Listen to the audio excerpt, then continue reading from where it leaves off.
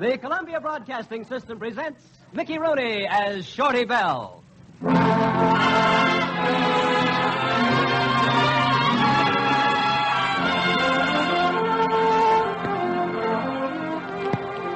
Hollywood, we bring you Shorty Bell, a novel for radio. The story of a young newspaper reporter in a big city, starring Mickey Rooney.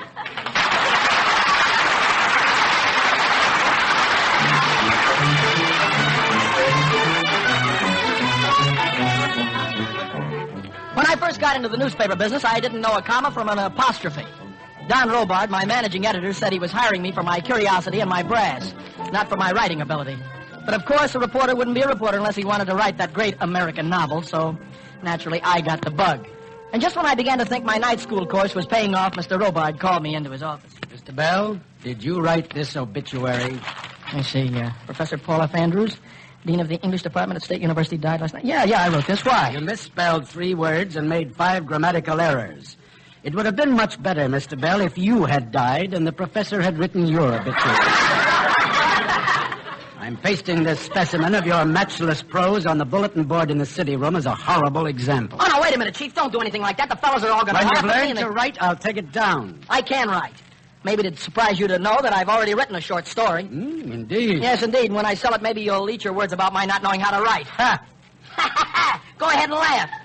The story's already in Seymour Fowler's hands. How do you like that? Seymour Fowler, eh? That flesh peddler. Mr. Fowler happens to be an artist representative who knows all the publishers in New York and all the movie producers in Hollywood. How much would you say your story is worth, Mr. Bell? How much? Well, it's worth a lot.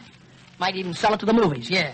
Get as much as maybe $1,000. Only 1,000. Maybe 5,000. I'd say it's worth 5,000. And when did you write this little masterpiece? Days when things weren't so hectic around here. I don't let grass grow under my feet, you know. Not me. You wrote it on company time, eh, Mr. Bell? Oh, well, yes, you could say that. I do say it, Mr. Bell. You realize, of course, that this story you wrote does not belong to you. Doesn't belong to me, but of course it And belongs... that you had no legal right to give it to Mr. Seymour Fowler. Having been written on company time, Mr. Bell, it belongs to this newspaper. Bring it to me, Mr. Bell. I want it. I told you I gave it to Seymour Fowler. Oh, very well. I'm not an unreasonable man, Mr. Bell. Instead of the story, I'll be satisfied with the price you yourself placed upon it. Just put the 5,000 on the desk, and we'll say no more of this matter. Just put the 5... Where would I get $5,000? Then fetch the story from Seymour Fowler. Look, Chief, it's only a teensy-weensy little story. And Either bring it to me, Mr. Bell, or bring me $5,000, or go to the cashier's window and draw your severance pay. You know, if you didn't spend so much time composing the great American novel, perhaps you'd write better obituaries. I know of one obituary I'd really put my heart and soul into. That'll be all, Mr. Bell. Good morning.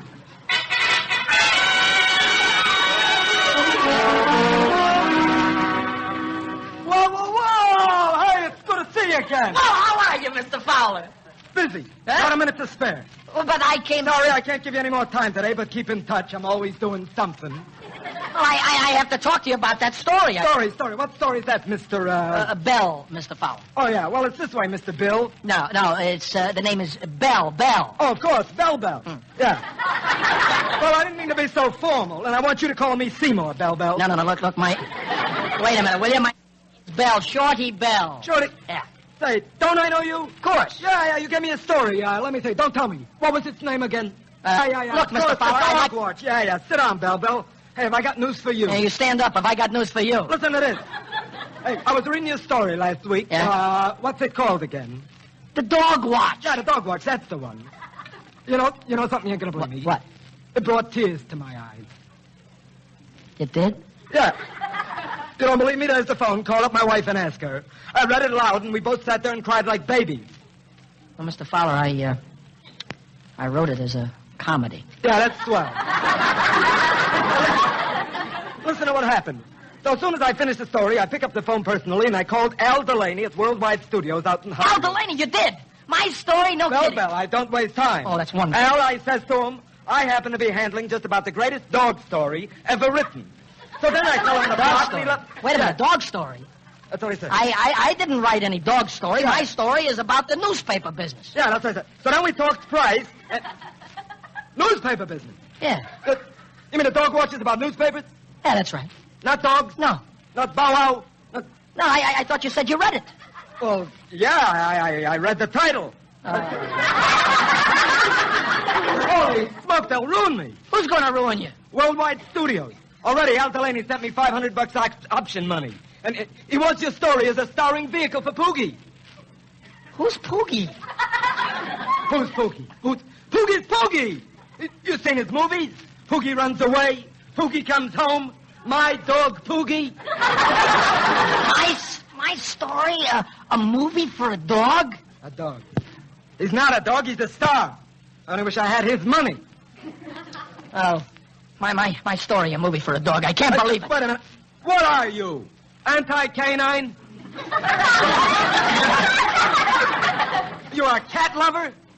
How do you like that? Shut up and let me think. All right, let me see. Now, what happens in your story? Look, it's about a couple of newspaper guys who sit around the newspaper office during the dog watch. Any murders in it? No. A chase, maybe? No. Maybe a gorilla with a human brain. You know, something refreshing. No. How do you like that? Just when everything was clicking. Here, read the telegram Al sent me.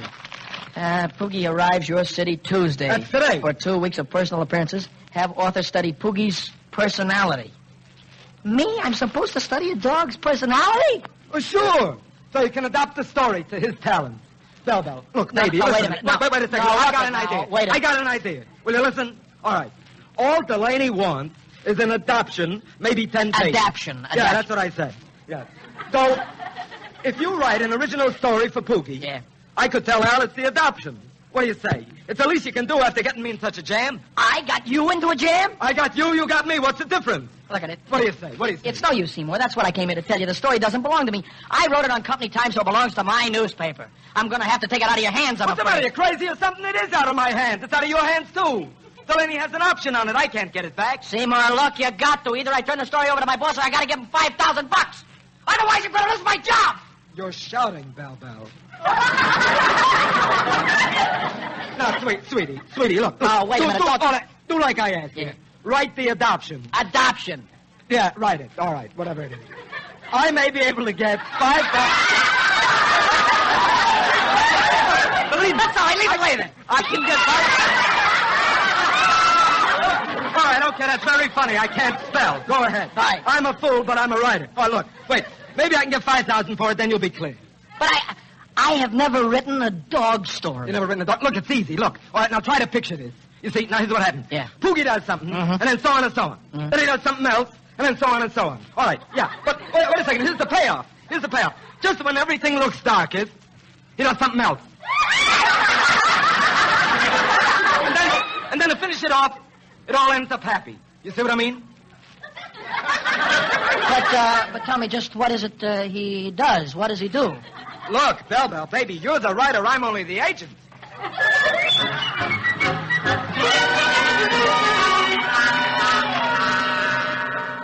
Gee. Imagine a dog living in a hotel like this. Will you stop calling Poogie a dog? How much did you make last year? Me? I made about $2,000. You made $2,000. Poogie made $100,000. And you have the nerve to refer to him as a dog. Now remember, whatever you do, don't make no passes at Jenny Ames. Jenny Ames? She's the girl who owns Poogie. Oh. She got an uncle named Toby who's always afraid Jenny will get married and he'll have to go back to work. I don't blame him either. You know what the market is these days for mahjong instructors? No passes at Jenny Ames. Check. Okay. Yeah? Whoa! Hey, hello, Toby. It's good to see you. Hello, Seymour. Who's this guy? Toby, meet Bell Billings. Bell's Billings? the fellow who wrote the story Delaney wants for Poogie. Oh, yeah? Great story. Like everything I've heard about it, especially the part where he's kidnapped by gypsies. Poogie likes it, too. Poogie likes it? Poogie? Yeah, he loves scripts, especially with green covers. Likes to chew on them. Went through a whole set of Mark Twain last month. Me, I don't know one book from another. By the way, are you married, Billingsby? Why, no, I used to go with a girl before the war. We weren't exactly engaged. I want you to promise me something, Billingsby. What? Promise me you'll marry that girl. I don't see how I can promise you that. I just... Sure, he promises, Toby. You know, cad, Oh, are you, wait. Bell? Toby, tonight he'll call her up. You'll be standing there listening. He'll name the date. How's that? But But we're wasting time. Is that what you want to say, Bell Bell? No. No one gets ahead just sitting around talking. That's what you mean. Right you are, Bell Bell. Toby, the kid's just dying to make Poogie's acquaintance. Swell. Poogie's taking a voice lesson right now. Poogie is taking He takes voice lessons? Yeah, for his radio show, you know. He's on the radio. Yeah. Look, don't you think it's a little silly for a dog to have a radio? What's silly about it? Poogie wasn't always in pictures. That's where he got his start, in radio. Oh. Wait here.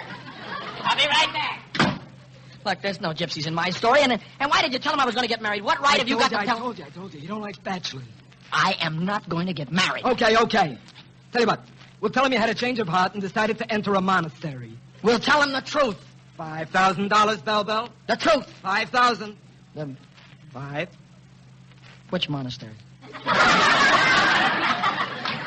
way, fellas. I trust we ain't interrupting anything. Oh, Poogie likes an audience. In here. All right, so we're going to try it again. A deep breath. Are you ready? Me.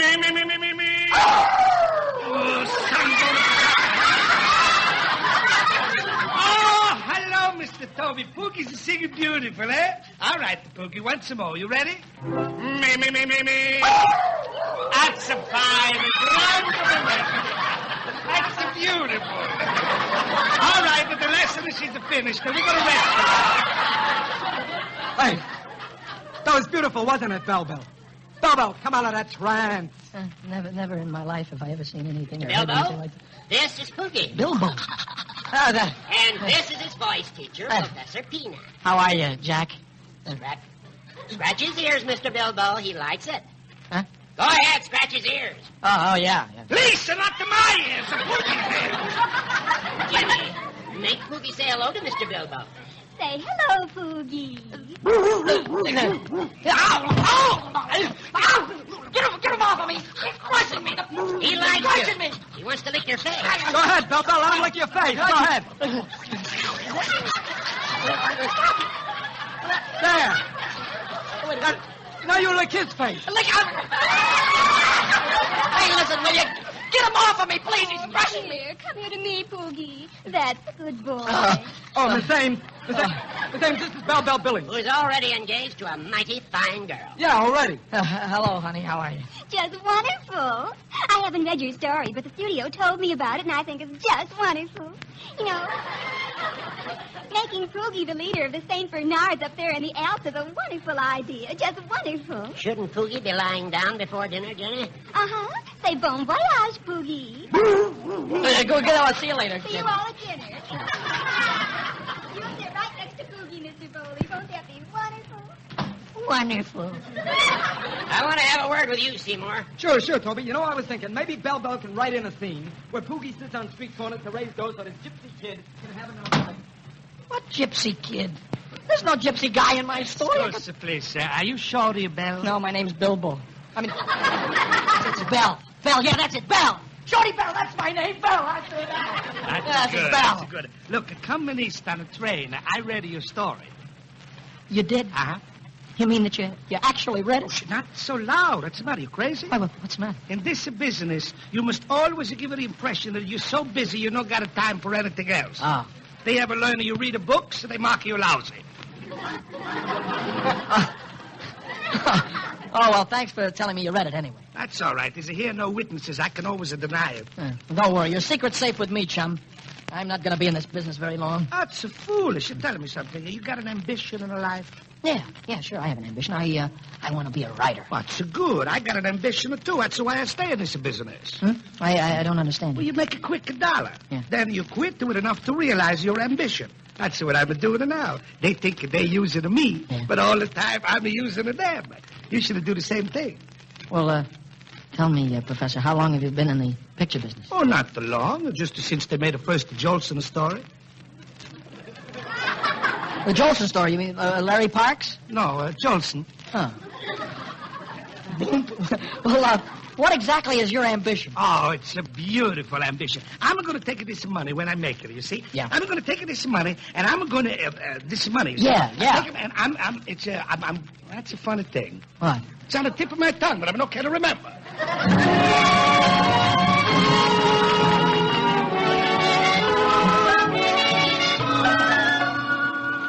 Bell, have you brought me the manuscript from Seymour Fowler, or did you get the $5,000? Neither, Mr. Robart. How long do you expect me to wait? Just till I figure out a way to get a gypsy boy lost in the Alps. You're going to get a What? Mr. Robart, don't you think you're sort of pushing me around? You know, I could have a steady job in the movies. Movies, eh? So, you think you'd prefer to exchange your press card for a diamond-studded dog collar, do you? Dog Well, go right ahead, Mr. Bell. Hollywood's loss will be our gain. No, Chief, I didn't mean Oh, that. but I did. No reporter threatens me with talk of movies. Okay, Mr. Robart, if that's the way you feel, you'll be sorry. Wait and see. Mr. Bell. Yeah, what do you want? My regards to Sam Goldwyn, Louis Mayer, the Warner Brothers, and Trigger.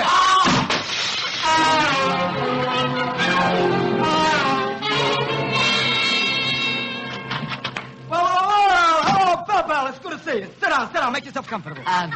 Where's everybody? Jenny's out with Poogie. Went down to get a magazine to chew on. Yeah. And Toby's over at the theater counting the take. Yeah, I'm glad you dropped over. You know what? Al Delaney's going to call us this afternoon. He'll want to know how you're doing on the adoption. How's it coming along, Bell? Not so good. I just don't seem to know what to write about. Oh, that's the craziest reason for not writing I ever heard. Bell, baby, look, listen to me.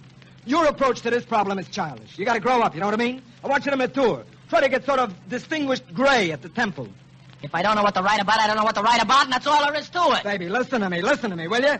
If they didn't make movies till they had something to make movies about, it would leave people sitting in theaters just eating popcorn. See what I mean? Well, what should the story be like? And don't tell me Poogie does something and so on and so on. What's it Oh, about? you don't like that approach, huh? No. Well, it is sort of old chapeau.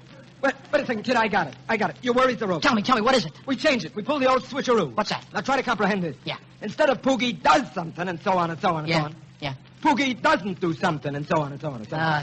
That's great. That's wonderful. Do you really think so? Okay.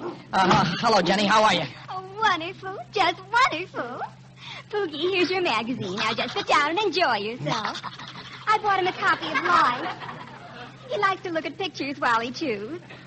How's the story coming, Bobo? We were just discussing it. If you give it a happy ending, it has to have one, you know. She's right. All movies do. I think the Motion Picture Production Code says they have to. Motion Picture Production Code? What's that? Well, it's a code for making movies. It tells you what you're allowed to put in and what you're not allowed to put in. Yeah, it's this way. A long time ago, all the producers had a conference. Lasted for days. Smoke-filled rooms and all that. They came to a conclusion that evil was wrong and good was right. Then they put it in code. I put it in code. I still don't understand. What sort of code? Well, take it for instance. Crime don't pay. It's okay to show an evildoer having a fine time on his loot, but when it comes to the end of his life, he must die. You understand? Crime don't pay. And it tells about love. It tells what about love? Well, you have to be careful with love scenes. Otherwise, you arouse morbid curiosity on the part of the audience. Morbid curiosity? Look, Bobo, put your arms around me and I'll show you. Well, wait a minute. Come on. There. Now, the code says you can't have a kiss like this. See? No, not quite. Simple. It lasted too long. But a kiss like this is all right. Billy, what are you doing with chips? Bell, give me an equivocal answer, quick. Uncle Toby, I know what you must be thinking, but I swear we were just... Out! Fowler, take him out before I throw him out. Please listen to me, will you, Uncle Toby? Let Poogie make the dog watch either. I'll tell Delaney when he calls. Seymour, please do something. I gave up my job for this guy and the I dog. get it. Hello. Whoa. Hello, Al. It's Al. Yeah. This is Seymour Fowler. Yeah, it's Al Delaney. Yeah, thanks. Just a second, Toby. What'd you say, Al? Yeah, the story. Oh, it's terrific, Al. Yeah, stop worrying. Yeah, I know you have a large investment in Poogie. He's a valuable property. But this writer of mine is sensational. He's got the spark, you know what I mean? Let me talk to him. Oh, Uncle Toby, be careful with your cigar. Yeah, the story's got everything. What? What's it about? Hold on a second. Here, Bell, you better talk to him. Me? Yeah, he wants to know what the story's about. Talk to him. But what'll I say? I don't know. Well, say something literary. Hello, Mr. Delaney? Yeah, the story?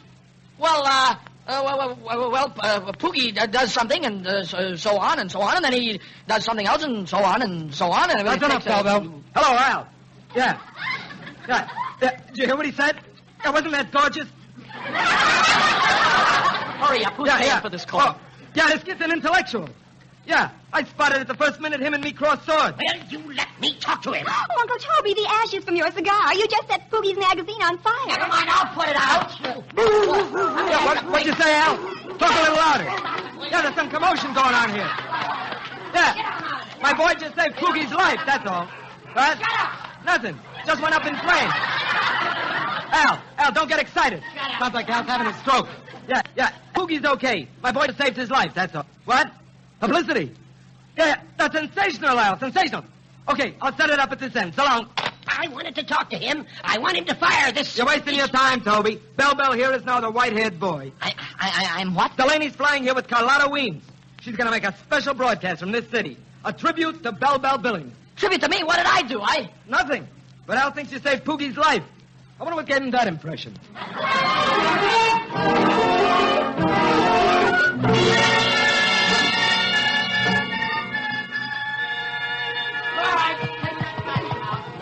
Testing. 1, 2, 3, whoop. Okay for level? Yeah, that's okay, Bob. Now, do you all know what to do? Any questions, Mr. Biltmore? No, I have it straight, Mr. Robeson, but I'd like you to get one thing straight. The name is Bell, not Biltmore. Good, I understand, Mr. Biltmore. How about you and Poogie, Miss Ames? Oh, don't worry about Poogie. He's going to be just wonderful. All right, quiet, please, quiet. Stand by. 10 seconds. 8, 5, 3, 2...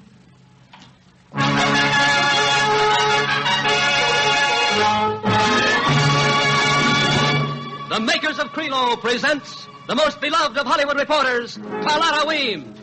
Use Krilo every single day, 'cause Krilo creels the Krilo way. Other Krilos creel too slow, so ask for Krelo. Krilo.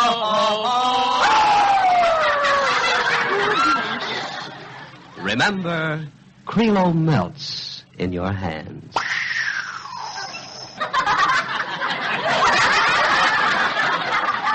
And now, Carlotta covers the cinema for Krilo. Carlotta Weems. Exclusive. Despite the rumors you have heard, Washington Irving will not write the screenplay for his story Rip Van Winkle, and for a very good reason. Get well soon, Washington. And now for my feature of the week. Ladies and gentlemen, tonight we pay tribute to the young man who saved Poogie's life. His name, now known throughout the world, is Bobo Biltmore, and he's sitting here along with Poogie, Poogie's owner, Miss Jenny Ames, and Mr. Al Delaney, the producer of Poogie's pictures. Won't you say a few words, Bobo? I did what any right American... And his name is known throughout the world, Bobo Biltmore. I did what any right-thinking American would have done.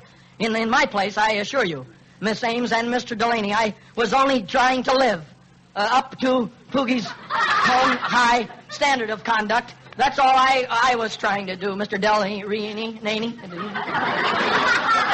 You are far too modest, Bobo. Agree with me, Miss Ames? Oh, yes. That's you again. Me? Oh, you are all too kind. I really don't deserve this honor. We think you do, and I say that from the bottom of my heart and with an emotion not easily put into words. I am sure you share this feeling, too, don't you, Miss Ames? Yes. And now, ladies and gentlemen, Mr. Delaney has a little memento for Bobo. This part of the broadcast was not rehearsed, and Bobo is in for a surprise. Mr. Delaney? Bobo, on behalf of Worldwide Studios, I hereby present you with a duplicate of Poogie's own diamond-studded collar. Go ahead, take it. Also, a charter membership in Poogie's fan club, carrying with it the title of honorary dog. Ladies and gentlemen, Bobo is overcome. Oh, I wish you could all see his face. Won't you say a few words, Bobo? Yeah. What can a man say when he's just been made an honorary dog? You know, someone once told me I'd wind up with a diamond-studded dog collar if I didn't watch out, and boy, how right he was. Bobo, what kind of a story are you writing for Poogie? You're asking me? A guy who can't even knock out an obituary? Ha, ha, ha! I'm getting out of this setup here, Mr. Delaney. Take back your dog collar. Just a moment, young man. Out of my way, Delaney. Let me tell you... I said get out of my way. Exclusive! Bobo Biltmore just KO'd Al Delaney, producer of Heading West, starring Lana Dupre, who has never looked lovelier. Use Krilo every single day, 'cause Krilo creels the Krilo way. Other Krilos creel too slow, so ask for Krelo. K-R-E-L-O. R-E-L.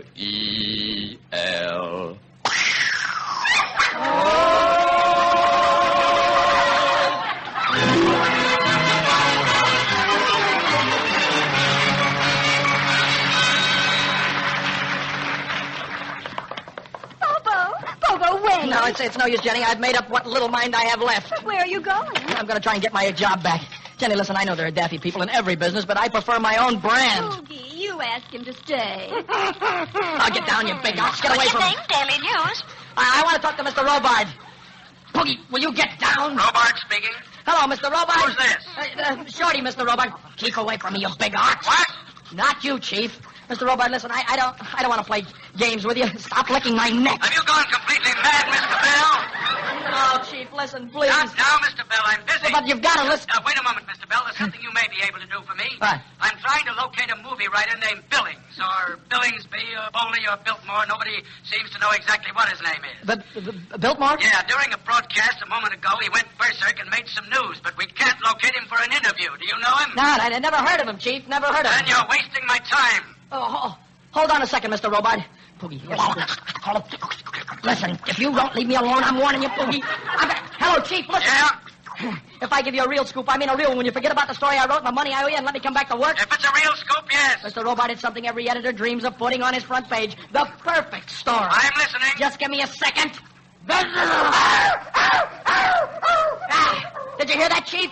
That was the scoop. Man bites dog.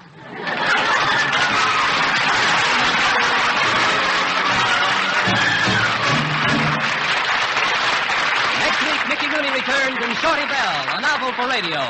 Tonight's script was written by Walter Newman with music conceived and conducted by Wilbur Hatch.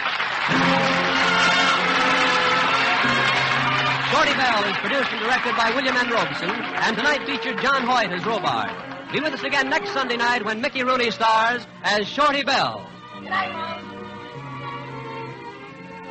Mickey Rooney appears by arrangement with Metro-Goldwyn-Mayer, producers of Irving Berlin's Technicolor Easter Parade, starring Judy Garland and Fred Astaire. This is CBS, the Columbia Broadcasting System.